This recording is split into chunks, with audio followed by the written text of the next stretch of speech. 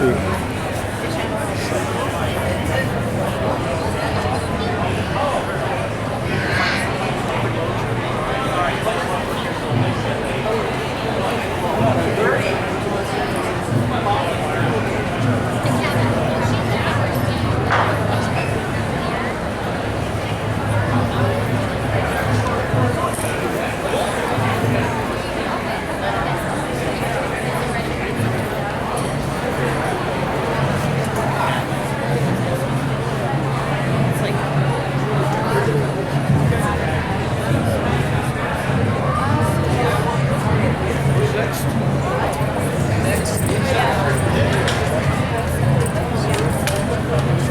Quick show of hands for my previous winners. Do we have Alicia or Christian? Alicia's right here. Perfect.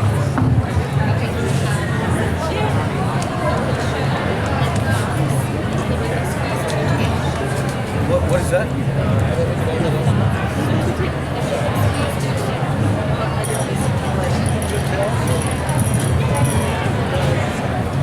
I have a quick announcement to make.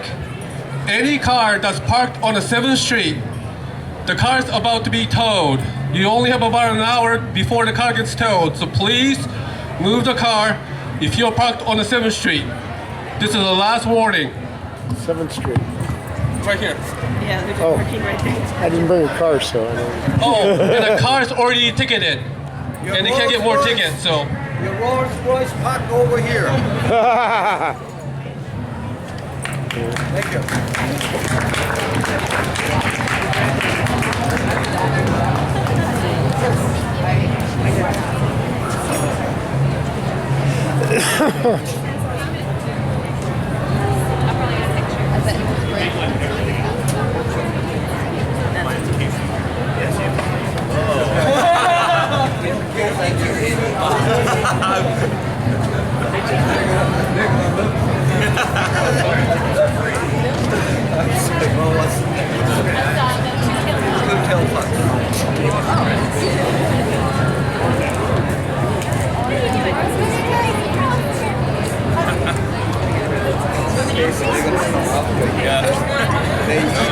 They eat that and they get sick. Hey, what is this?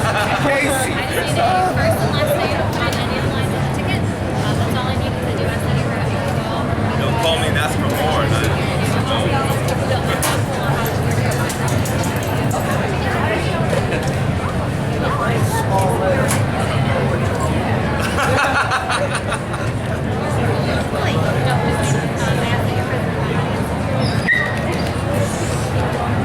Please wait, I'll make one for you too. Okay? Boy or girl? I'll make your girlfriend.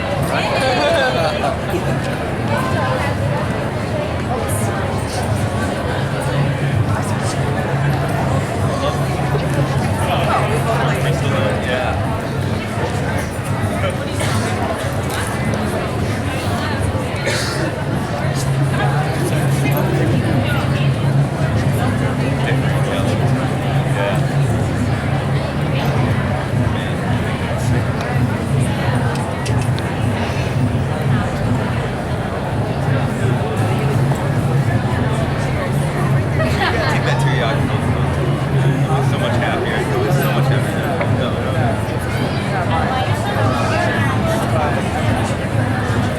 No, I don't.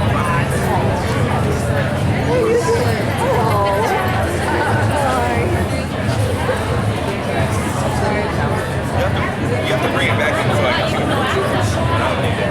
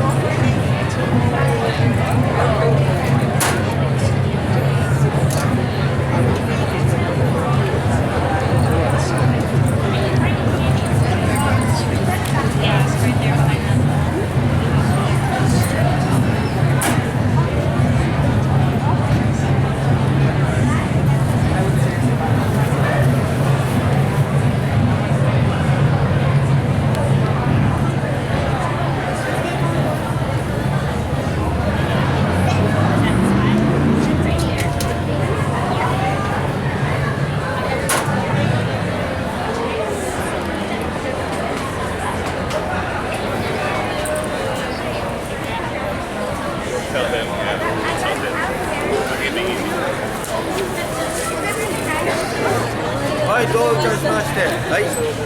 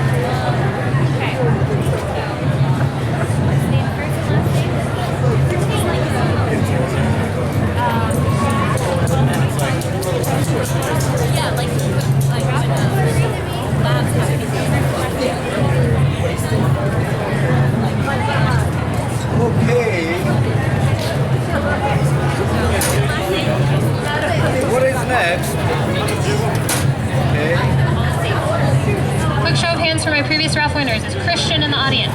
Christian? How about Sue? Sue is right here. So, okay, see you next to Sylvan.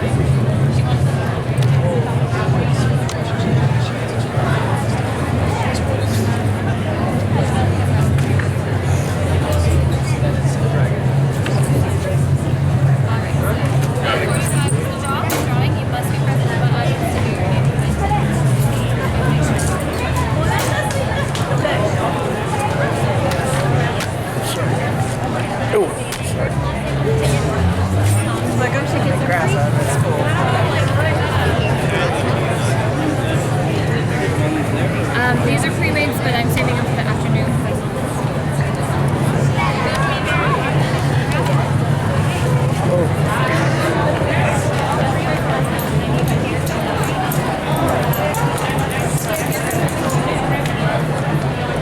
Down in front.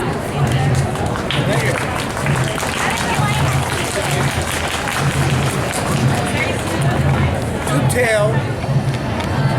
I didn't make a mistake, okay? Somebody requested two tails.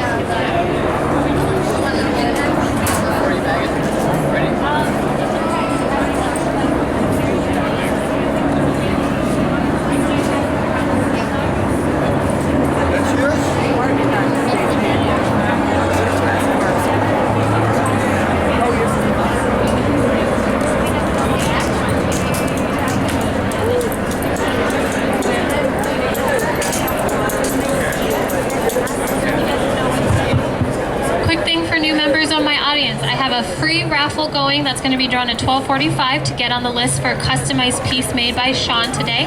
It is one free raffle ticket per person per raffle pool, and that pool resets each hour with a new pool for potential winners. So if you're not in on it yet for the 12:45 drawing, please feel free to come up and put a ticket in. I do expect that you're present at the time of the drawing in order to win, otherwise I will skip over your ticket. But beyond that, I'd like to introduce Sean Ichiyanagi to all of our newcomers. By a quick show of hands, who's been to our festival before? Yay, thanks for coming back. So the rest of you are my new timers? Wonderful, well welcome. We've got some nice weather for us this year, which is great, so I hope you're enjoying your day thus far. As I mentioned, this is Sean Ichiyanagi, also known as the Candy Man. He is a candy artist. Candy is his medium, so the mixture that he's using right now is a mixture of raw sugar and corn syrup, so it is edible. It is not flavored because the intent is to show it, not to eat it. So it kind of tastes like bland, like a raw sugar cube if you were to eat it. I have known people in the past who've gotten a sculpture and eaten their piece. Personally, I like to display them, but to each their own. The art he's performing is called amezaiku, which translates loosely into candy crafting or candy sculpting.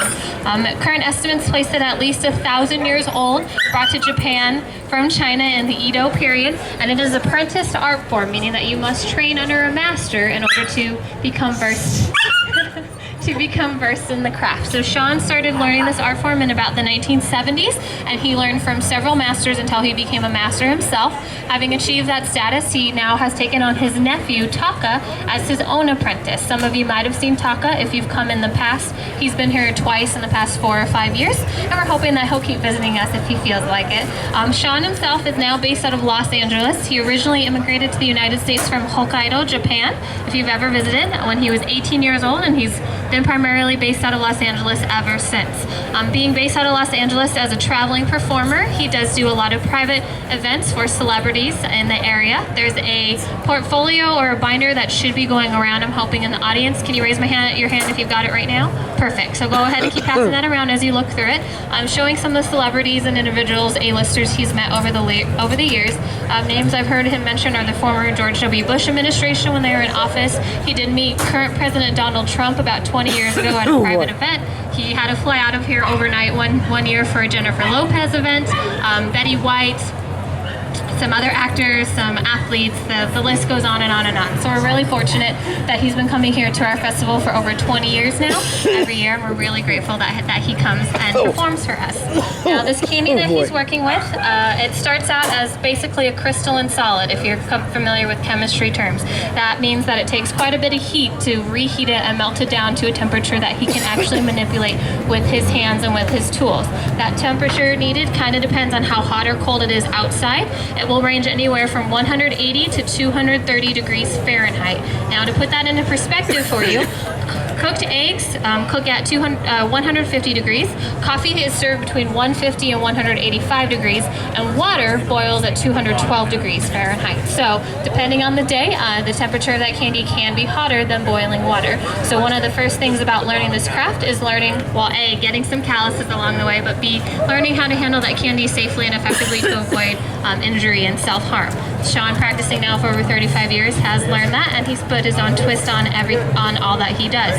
The pieces he's making today are for our raffle winners, which I mentioned.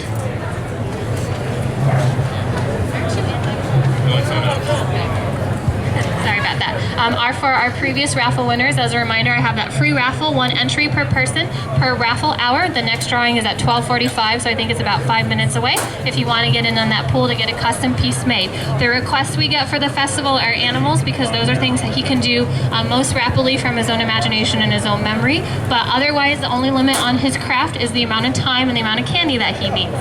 So he could do anything conceivably asked for as long as he had enough hours to devote.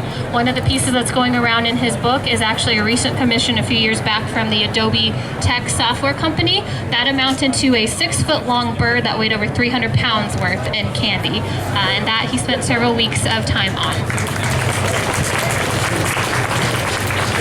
All right, quick question. Do I have Christian or Hannah back in my audience? Christian, perfect. Christian, Phoenix. Yes, so animals for the festival, but otherwise no limitations on his craft. I do have some pamphlets up here about the art of Mezaiku on a global scale. Right now, we consider it a dwindling art form. We estimate there's less than a dozen master crafters left across the world, and with an unknown number of apprentices. So it's unfortunately a few and far between in order to find these wonderful artists. Two of them are trying to give some foundations to the art, and they've actually opened up brick and mortar stores out in Tokyo, Japan. If you ever happen to visit, I highly recommend you swinging by. One of them is really cute. They have their own little bunny mascot. That's kind of their signature piece. I have a pamphlet up front that kind of catalogs the artists who live across the globe, and then I have this blue one here, and that's a little more background information on Sean. If you'd like to read a little bit more about him, it includes his website too, which you can peruse on your own